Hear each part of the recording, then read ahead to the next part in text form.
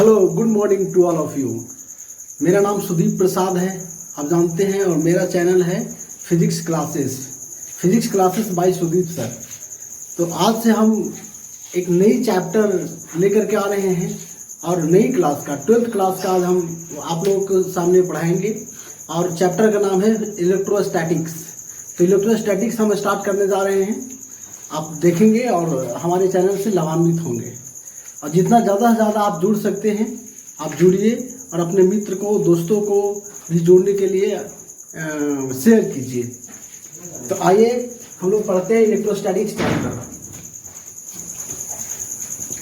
Electrostatics का meaning क्या होता है? इलेक्ट्रोस्टैटिक्स का मीनिंग होता है, इसको अगर हम इस शब्द को ब्रेक करें, इस वर्ड को ब्रेक करेंगे तो ये बनेगा इलेक्ट्रोस्टैटिक्स। इलेक्ट्रोस्टैटिक्स को अगर हम लोग ब्रेक करेंगे तो बनेगा electron plus statics. Electron plus statics, इसका मतलब ये है कि फिजिक्स का वैसा ब्रांच जिसमें इलेक्ट्रॉन या चार्ज को स्टैटिक फॉर्म में डील करते हैं उसको हम लोग इलेक्ट्रोस्टैटिक्स कहते हैं। अब यहाँ टर्म आया है इलेक्ट्रॉन या चार्ज। इलेक्ट्रॉन पे चार्ज होता है, आप जानते हैं। तो चार्ज यहाँ पे टर्म आया है, तो पहले समझते हैं हम लोग कि चार्ज होता क्या है। तो आइए देखते हैं चार्ज का डेफिनेशन क्या है, इसके बाद फिर हम लोग आगे बढ़ेंगे। तो चार्ज क्या होता है? चार्ज को क्यू से डिनोट किया जाता है। चार्ज को डिनोट क्यू से किया जाता है। और चार्ज को हम लोग डिफाइन करेंगे तो लिखेंगे इट इज फंडामेंटल प्रॉपर्टी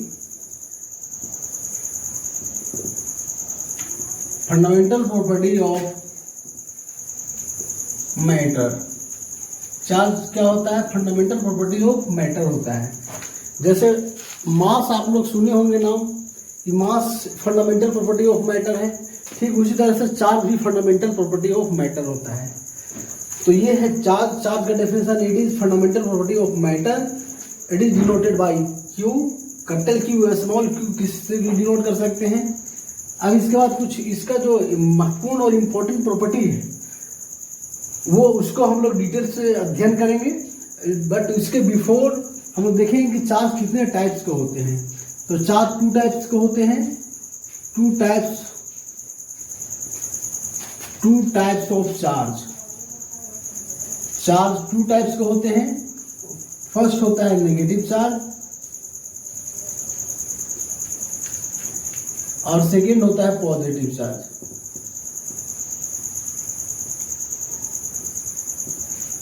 तो ये 2 टाइप के चार्ज होते हैं, नेगेटिव चार्ज और positive charge.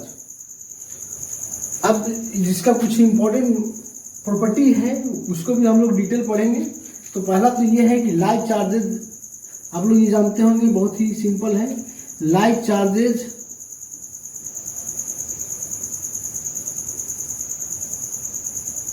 repel each other,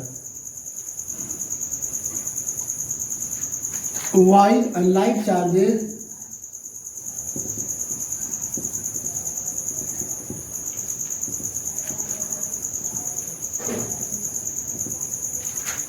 attract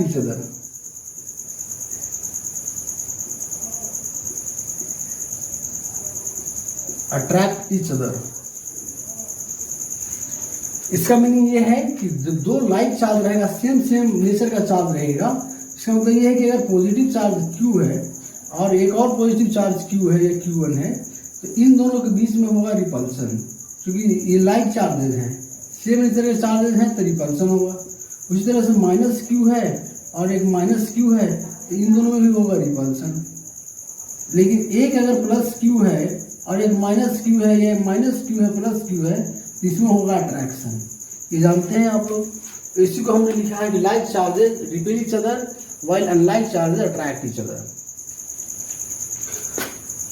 अब कुछ इंपॉर्टेंट चीजें ये हैं कि चार्ज जब भी क्रिएट होता है तो उस एसोसिएटेड होता है मास के साथ। यानी चार्ज जब भी कोई बॉडी चार्ज होगा, या तो नेगेटिव चार्ज होगा या तो पॉजिटिव चार्ज होगा बॉडी पर। तो अगर नेगेटिव चार्ज होगा तो याद रखिएगा कि बॉडी पहले सपोज दैट कि न्यूट्रल है, दूसरा है कि चार्ज ऑलवेज कम्स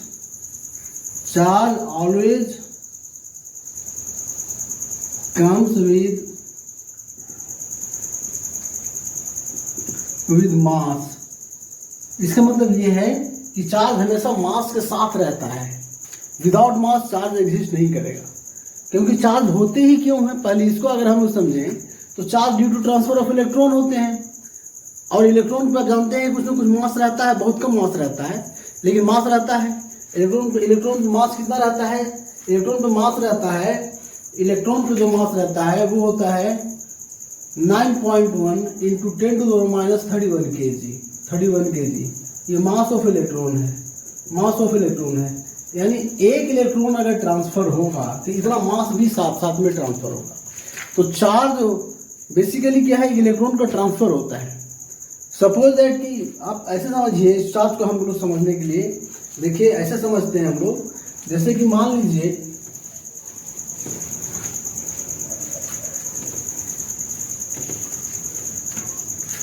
कि ये कोई बॉडी है, ये कोई ऑब्जेक्ट है, ये कोई बॉडी है ए, ये न्यूट्रल बॉडी है, और एक कोई और बॉडी है बी,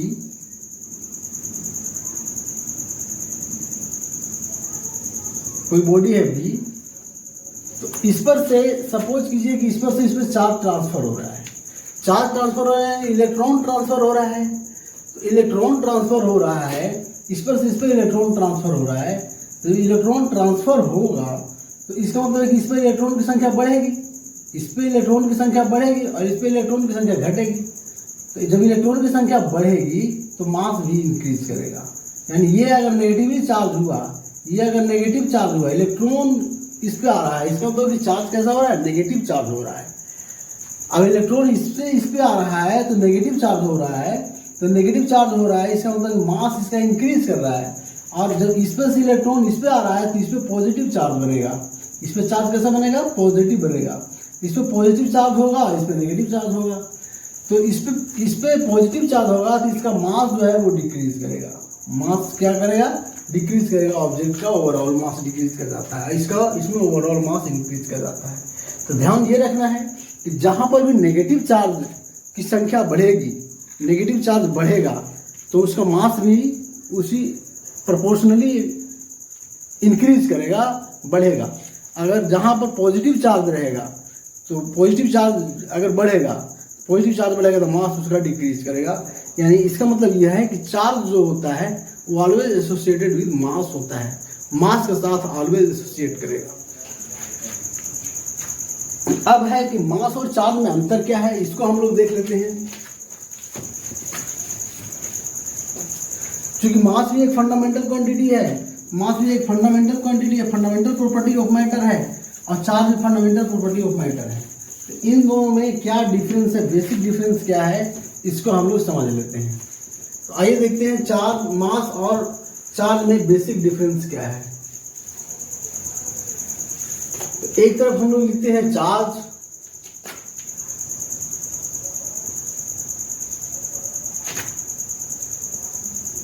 और एक तरफ लिखते हैं हम मास।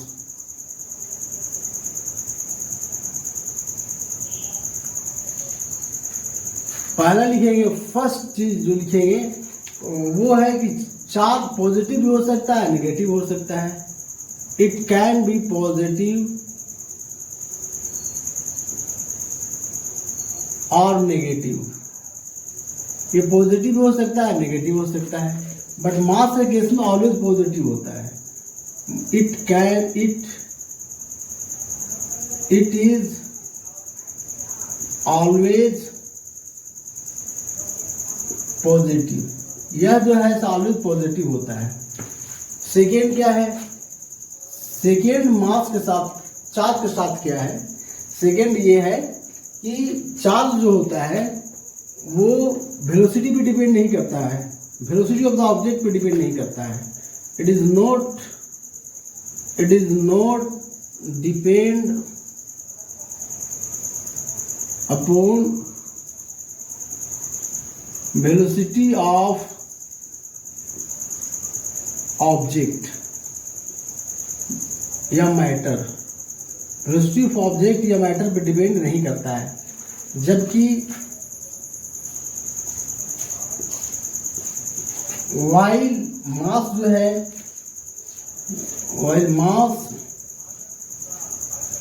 डिपेंड अपॉन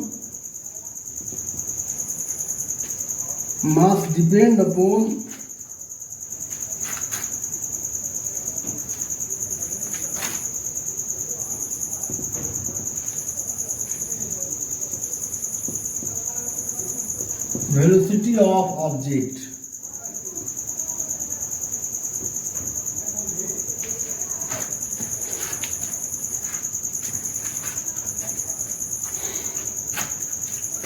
और मास कैसे डिपेंड करता है वेलोसिटी ऑफ ऑब्जेक्ट के साथ, इसके लिए एक रिलेशन है, उस रिलेशन को याद रखना होगा। तो वो रिलेशन है m is equal to M not upon under root 1 minus V square by C square. ये रिलेशन है। m is equal to M not upon 1 minus under root 1 minus V square by C square,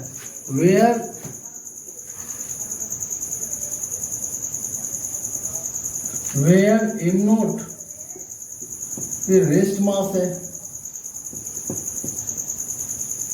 am not जो है वो rest mass है, v जो है वो velocity of object है,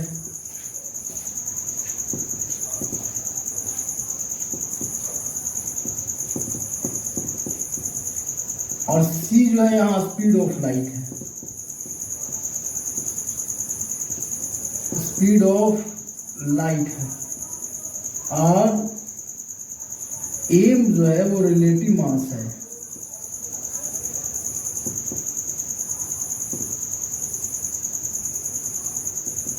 m जो है वो क्या है, रिलेटिव मास है। इसका मतलब ये हुआ कि जैसे जैसे वेलोसिटी बढ़ेगी, जैसे जैसे वेलोसिटी इंक्रीज करेगी तो ओवरऑल ये जो मास है, ये जो रिलेटिव मास है वो बढ़ेगा। यानी जब ऑब्जेक्ट का वेलोसिटी में इंक्रीजमेंट होता है तो उसकी मास भी उसी के अकॉर्डिंग बढ़ता है। लेकिन चार्ज के साथ ऐसा नहीं है। चार्ज चाहे ऑब्जेक्ट चाहे वेलोसिटी में हो या फिर स्थिर हो, रेस्ट में हो, उससे चार्ज पे कोई प्रभाव नहीं पड़ता है। चार्ज वैसे की वैसे ही बना रहता है। एक तो ये हुआ। दूसरा इंपॉर्टेंट प्रॉपर्टी होता है कंजर्वेशन ऑफ चार्ज। चार्ज का दूसरा इंपॉर्टेंट प्रॉपर्टी है, इंपॉर्टेंट प्रॉपर्टी जो है वो है कंजर्वेशन ऑफ चार्ज। इसको हम लोग देख लेते हैं कंजर्वेशन ऑफ चार्ज को। क्या है conservation of charge? Conservation of charge और क्वांटाइजेशन ऑफ चार्ज, ये दो बहुत इंपॉर्टेंट प्रॉपर्टी है चार्ज का। इसको हम लोग समझ लेते हैं और इसको देखते हैं कि क्या होता है कंजर्वेशन ऑफ चार्ज। तो लिखते हैं इसको हम लोग conservation of charge.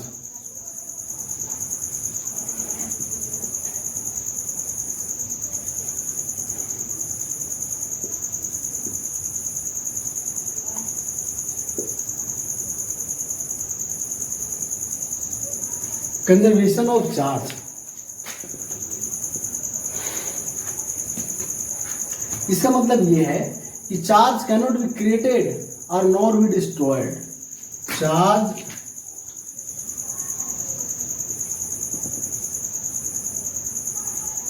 Not be created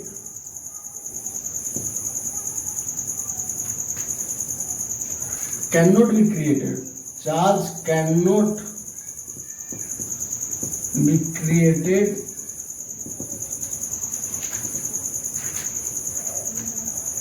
or cannot be destroyed।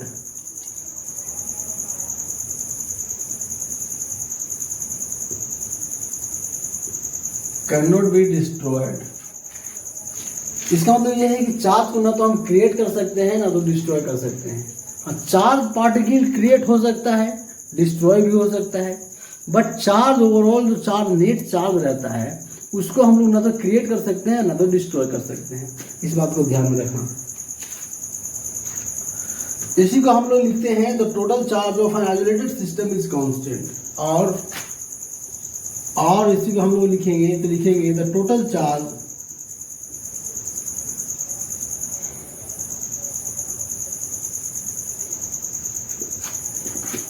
of isolated system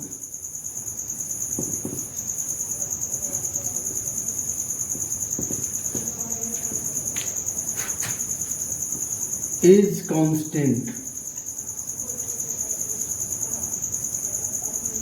total charge जो होता है आइसोलेटेड सिस्टम का वो कांस्टेंट होता है। इसका मतलब ये है कि आइसोलेटेड सिस्टम मतलब है, आइसोलेटेड सिस्टम से मतलब कहने का मतलब यहाँ पर ये है कि एक वैसा सिस्टम जहाँ से चार्ज न तो बाहर जाए और नहीं तो अंदर आए, वो बिल्कुल आइसोलेट हो, बिल्कुल अलग थलग हो।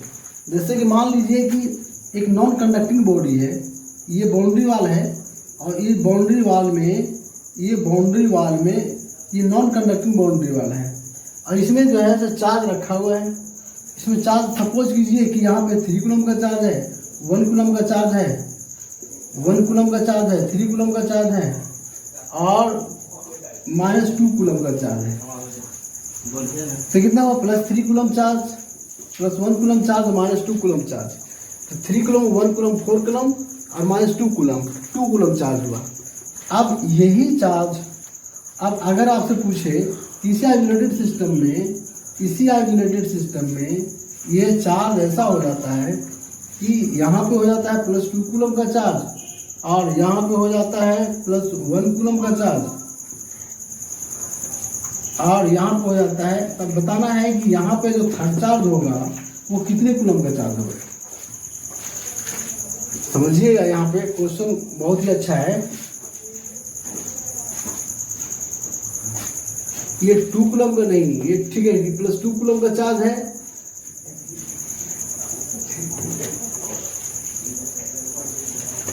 +2 कूलम का चार्ज है, प्लस ये 3 कूलम का चार्ज है, +2 कूलम का चार्ज है, +3 कूलम का चार्ज है ये। तो यहाँ पे चार्ज आइसोलेटेड सिस्टम में यहाँ पे है 3 + 3 coulomb, 1 coulomb, 4 coulomb, 4 coulomb -2 coulomb, 2 coulomb. यहाँ पे 3। अब यहाँ पे ये जो थर्ड चार्ज होगा वो कितना कूलम का हो जब ये सिस्टम आइसोलेटेड हो। आइसोलेटेड सिस्टम को समझने की कोशिश कर रहे हैं हम लोग। ये सिस्टम आइसोलेटेड है, यहाँ भी ये नॉन कंडक्टिंग वाल है, ये भी नॉन कंडक्टिंग वाल है। अब इसमें जो चार्ज था वो पहले 3 कूलम था, +3 कूलम, +1 कूलम और -2 कूलम का चार्ज था। अब यहाँ पे जो चार्ज है +2 कूलम का है, +3 कूलम का है। तो ये जो थर्ड चार्ज होगा वो कितने कूलम का चार्ज होगा आइसोलेटेड सिस्टम रहेगा। तो ये जो चार्ज होगा वो आपका हो जाएगा -3 कूलम का, -3 कूलम का चार्ज होगा। अब वो ऐसा क्यों होगा? तो यहाँ पे देख लेते हैं टोटल चार्ज कितना है। तो 3 कूलम और 1 coulomb, 4 coulomb, -2 coulomb, 2 coulomb, +2 coulomb और यहाँ पे -3 कूलम, +3 कूलम कैंसिल और ये +2 कूलम, 2 कूलम, यानी +2 कूलम यहाँ भी चार्ज है, नेट चार्ज यहाँ भी +2 कूलम है और नेट चार्ज यहाँ भी +2 कूलम है। तो इसी को कहते हैं आइसोलेटेड सिस्टम। आइसोलेटेड सिस्टम में जो टोटल चार्ज रहता है वो कांस्टेंट रहता है। जैसे एक एग्जांपल और उठाते हैं, जैसे आप लोग जानते होंगे कि थोरियम जब रेडियो एक्टिव एलिमेंट है थोरियम, और थोरियम जब मार्कर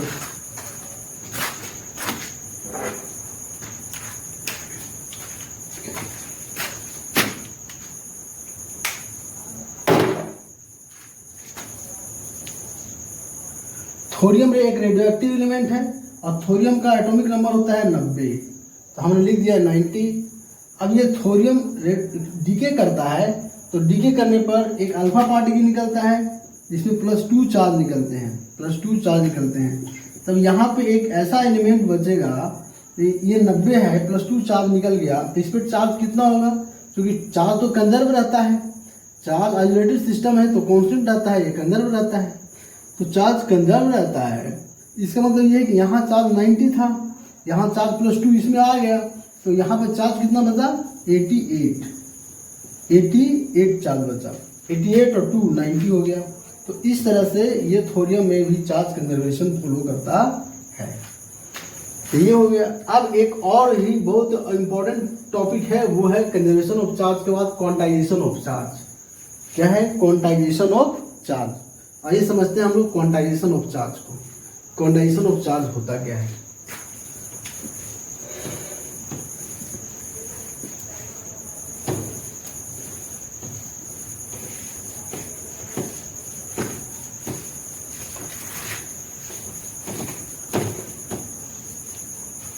क्वांटाइजेशन ऑफ चार्ज।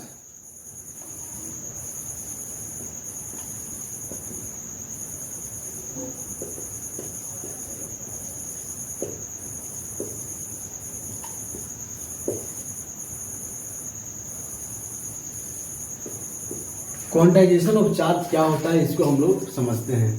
देखिए क्वांटाइजेशन ऑफ चार्ज क्या है, इसका मतलब ये क्वांटाइजेशन इसका मतलब है कि चार्ज जो होता है वो फिक्स अमाउंट में अवेलेबल होता है। चार्ज कहीं भी कितना अनाप शनाप नहीं रह सकता है, चार्ज कहीं भी कितनों भी अमाउंट में नहीं रह सकता है, एक फिक्स अमाउंट में रहेगा। और फिक्स अमाउंट कैसे हम लोग कैसे किस अमाउंट में रहता है कि कैसे फिक्स अमाउंट डिफाइंड होते हैं उसको हम लोग समझेंगे। इसका मतलब ये है, इसको अगर हम लिखें तो अवेलेबल इन फिक्स्ड अमाउंट, इसका मतलब है कि charge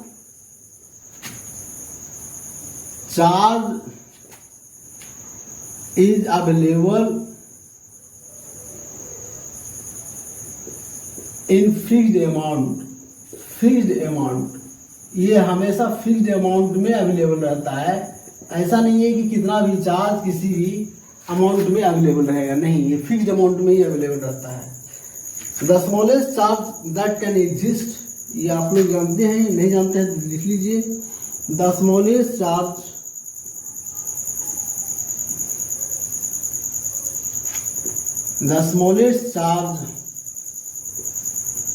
that can exist in the nature, that can exist in the nature is electronic charge. Electronic charge, इसका मतलब है कि चार्ज ऑन इलेक्ट्रॉन जितना रहता है, इलेक्ट्रॉन पे जितना चार्ज रहता है, इलेक्ट्रॉन पे चार्ज कैसा होता है, -1.6 इंटू 10⁻⁻19 कूलम। ये आप लोग जानते हैं इलेक्ट्रॉन पे चार्ज कितना रहता है, -1.6 इंटू 10⁻⁻19 कूलम चार्ज रहता है। इतना चार्ज रहता है। इसी के इंटीग्रल मल्टीपल में जो स्मॉलेस्ट चार्ज है पूरे वर्ल्ड में, पूरे नेचर में जो स्मॉलेस्ट चार्ज है वो है 1.6 इंटू 10⁻⁻19 कूलम। इसका मतलब ये है कि जो इलेक्ट्रॉन पर चार्ज है ये इंडिपेंडेंटली एग्जिस्ट करता है, और स्मॉलेस्ट एग्जिस्ट करने वाला इंडिपेंडेंट चार्ज है।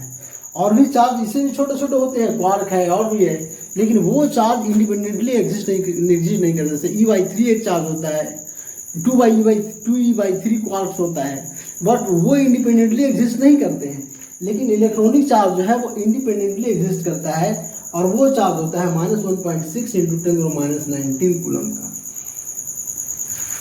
अच्छा, अब इसके बाद हम लोग ये देखेंगे,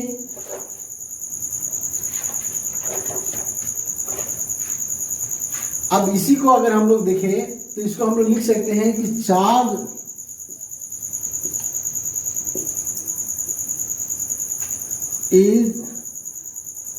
एग्जिस्ट इन इंटीग्रल मल्टीपल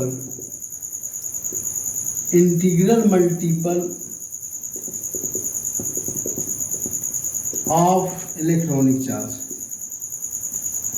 क्योंकि सबसे छोटा चार्ज क्या है, इलेक्ट्रॉन पे चार्ज है, तो सबसे छोटा चार्ज जब इलेक्ट्रॉन पे है तो चार्ज एग्जिस्ट करेगा। तो इलेक्ट्रॉन को तोड़ हम लोग सकते नहीं है, इलेक्ट्रॉन को तोड़ करके अलग चार्ज नहीं, कम डिस्चार्ज कर नहीं सकते हैं। जितना इलेक्ट्रॉन पर चार्ज रहेगा उतना ही ट्रांसफर होगा। चार्ज और ट्रांसफर होगा हो तो 1 इलेक्ट्रॉन ट्रांसफर होगा, उसके चलते चार्ज आएगा, 2 इलेक्ट्रॉन ट्रांसफर होगा, 3 इलेक्ट्रॉन ट्रांसफर होगा, 4 इलेक्ट्रॉन ट्रांसफर होगा, 5 इलेक्ट्रॉन ट्रांसफर होगा, दैट्स वन। इस तरह से इलेक्ट्रॉन ट्रांसफर होगा, उसके चलते चार्ज डेवलप होगा। तो ये चार्ज कैसे होता है, या तो 1 इलेक्ट्रॉन के चलते होता है। 1 चार्ज जो होगा वो Q जो होगा वो 1E के बराबर होगा, +1E के बराबर होगा, या +2E के बराबर होगा, या +3E के बराबर होगा, या +4E के बराबर होगा, या ऐसे +8E के बराबर होगा। या जो Q जो होगा वो नेगेटिव भी हो सकता है, -1E भी हो सकता है, -2E भी हो सकता है, -3E भी हो सकता है, -4E भी हो सकता है, दैट्स -8E भी हो सकता है, ऐसे भी हो सकता है। यानी कि अगर इसमें हम फार्मूला हम लोग देखें, फार्मूला में इसको हम लोग शिफ्ट करें तो ये बन रहा है Q is equal to plus minus N E. Q is equal to plus minus N E. Charge कैसे एग्जिस्ट करेगा? Q is equal to plus minus N E के फॉर्म में, where n is the integer and E the charge on electron. Where n is the integer, ये integer है, और ये जो है वो चार्ज ऑन इलेक्ट्रॉन है, चार्ज ऑन इलेक्ट्रॉन है। तो ऐसे चार्ज एग्जिस्ट करता है नेचर में। तो इसी को, चलिए इसको हम लोग समझते हैं, क्वेश्चन ले लेते हैं, एक एग्जांपल क्वेश्चन समझने की कोशिश करते हैं कि क्या ये कह रहा है। Quantization of charge.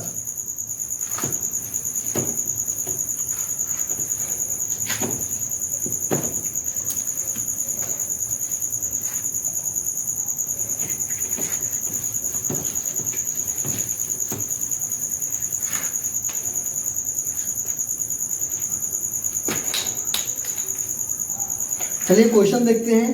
क्वेश्चन है कि can a charge of 8 × 10⁻18 coulomb be given to a body. Question है can a charge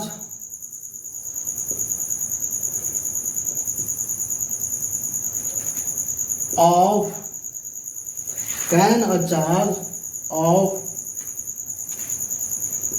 plus 8 × 10⁻18 coulomb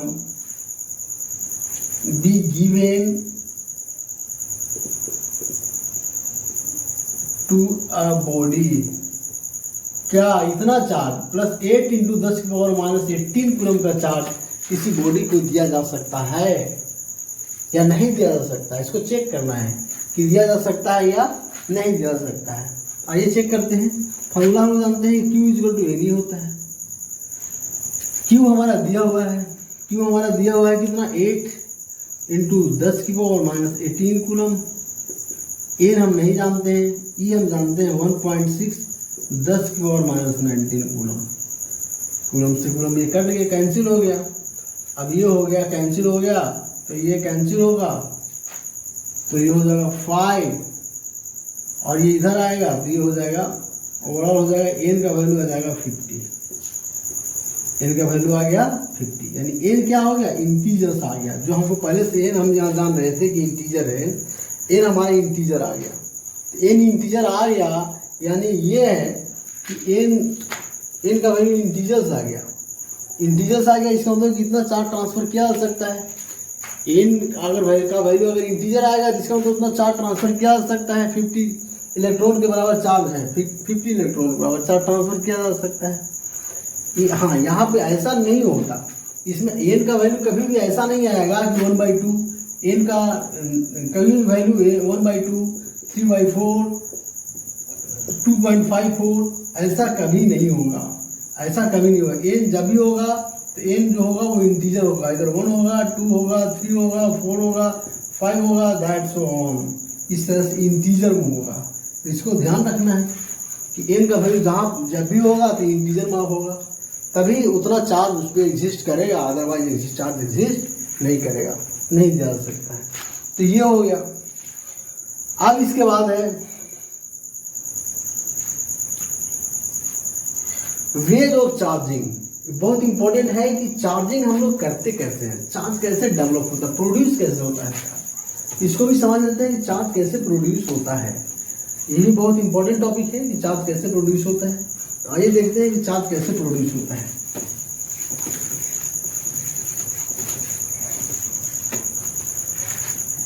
charge कैसे प्रोड्यूस होता है ना? तो इसको लिखेंगे वेज ऑफ चार्जिंग।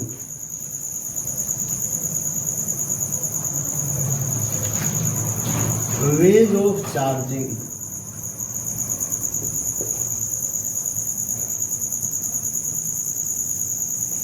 चार्ज कैसे हम लोग प्रोड्यूस कर सकते हैं? तो पहला है इसमें bye conduction method. Bye conduction method.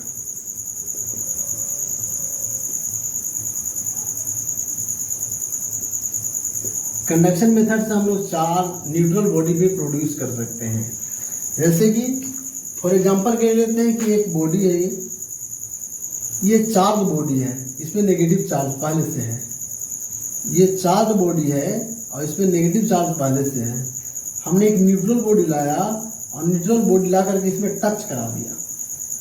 ये चार्ज है, नेगेटिवली चार्ज है, और ये है न्यूट्रल बॉडी। न्यूट्रल बॉडी है, इस न्यूट्रल बॉडी को हमने लाया और इसमें टच करा दिया। जैसे इसमें हम लोग टच कराएंगे तो चार्ज जो है इस पर से इस पर आना स्टार्ट कर देगा। चार्ज इस पर से इस पर आना स्टार्ट कर देगा और इस पर चार्ज आ जाएगा तो इस पर इसको फिर अलग अलग हम कर लेंगे। इस पर चार्ज आ जाएगा तो इसको अलग अलग कर लेंगे। तो इस पर अलग अलग कर लेंगे तो कुछ नेगेटिव चार्ज यहाँ आ जाएगा और कुछ नेगेटिव चार्ज इस पर आ जाएगा। तो ऐसा होगा। तो हम ये देख रहे हैं कि न्यूट्रल बॉडी में भी चार्ज आ जाता है बाय कंडक्शन मेथड से। कंडक्शन मेथड से न्यूट्रल बॉडी में भी चार्ज आ जाता है। अब दूसरा है चार्जिंग बाय इंडक्शन। दूसरा है charging by induction, induction method.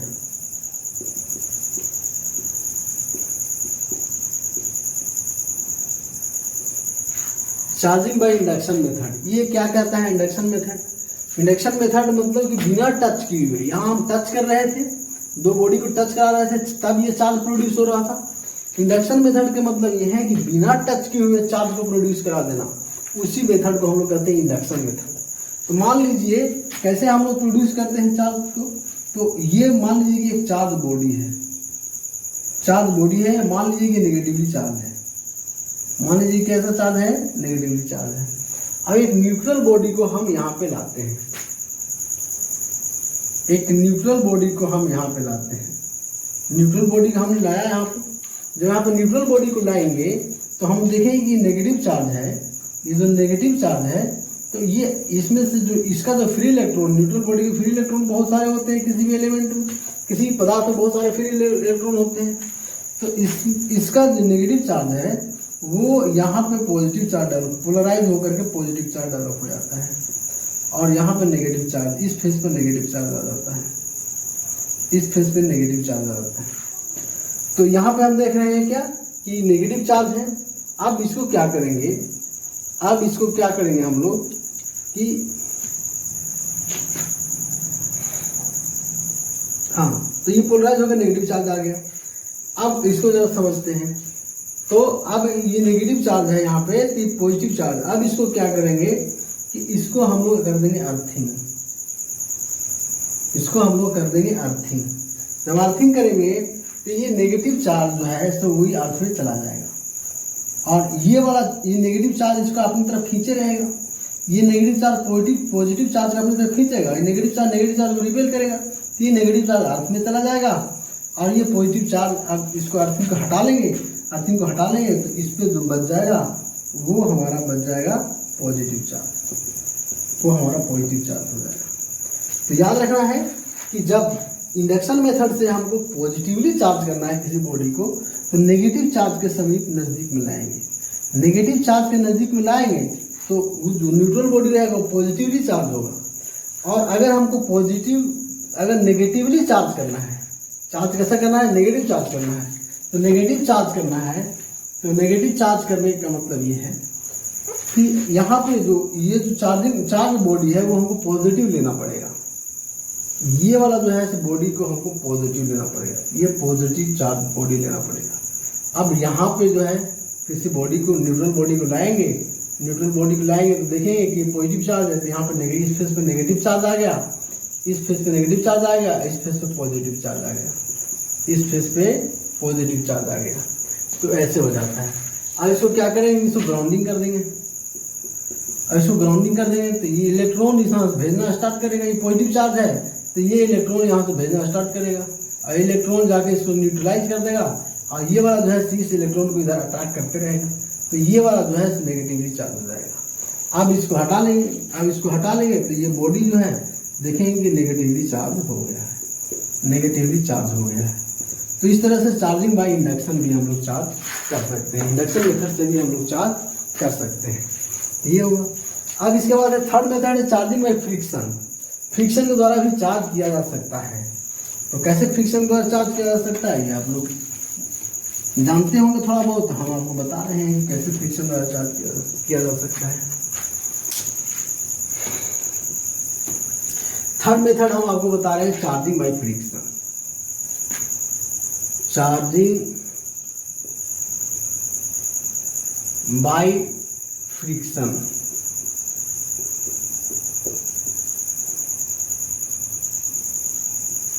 Charging by friction, charging by friction कैसे होता है तो हम लोग देख लेते हैं।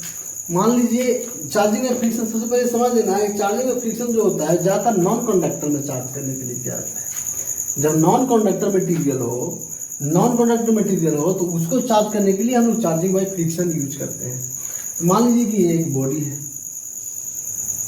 एक और बॉडी है, दो नॉन कंडक्टर हैं, इन दोनों को हम रब किए, इन दोनों को एक दूसरे के साथ ला करके क्या किए, रब किए, रगड़े। तो रब करने से क्या होगा कि इधर इलेक्ट्रॉन इस पर चला जाएगा कुछ, या इस पर इलेक्ट्रॉन आ जाएगा। इलेक्ट्रॉन अगर इस पर से इस पर आ जा रहा है, इलेक्ट्रॉन अगर इस पर से इस पर आ रहा है, इलेक्ट्रॉन अगर इस पर से इस पर आ रहा है, इस पर इलेक्ट्रॉन आ रहा है, ऐसे आ रहा है इलेक्ट्रॉन, तो ये वाला जो होगा वो नेगेटिवली चार्ज हो जाएगा, ये वाला जो होगा नेगेटिवली चार्ज हो जाएगा, और ये वाला जो होगा वो पॉजिटिवली चार्ज हो जाएगा, ये वाला जो होगा वो पॉजिटिवली चार्ज हो जाएगा। यानी इलेक्ट्रॉन ट्रांसफर के चलते चार्ज डेवलप हो रहा है। अब कैसे डेवलप हो रहा है, जहाँ से इलेक्ट्रॉन ट्रांसफर हो रहा है, इलेक्ट्रॉन इससे इस पर जा रहा है तो ये पॉजिटिवली चार्ज होगा। ये ए है, ए से बी पर अगर जा रहा है, ए से बी पर अगर जा रहा है इलेक्ट्रॉन, तो ए वाला जो है वो पॉजिटिवली चार्ज होगा, बी वाला नेगेटिवली चार्ज होगा। तो ये ध्यान रखना है। ऐसे साथ साथ ये भी ध्यान रखना है कि ये पॉजिटिवली चार्ज होगा तो इसका मास डिक्रीज कर जाएगा, और इसका मास ये नेगेटिवली चार्ज होगा तो इसका मास इंक्रीज कर जाएगा। तो ये भी ध्यान रखना है आपको। तो ये तो था टोटल चार्जिंग बाय फ्रिक्शन।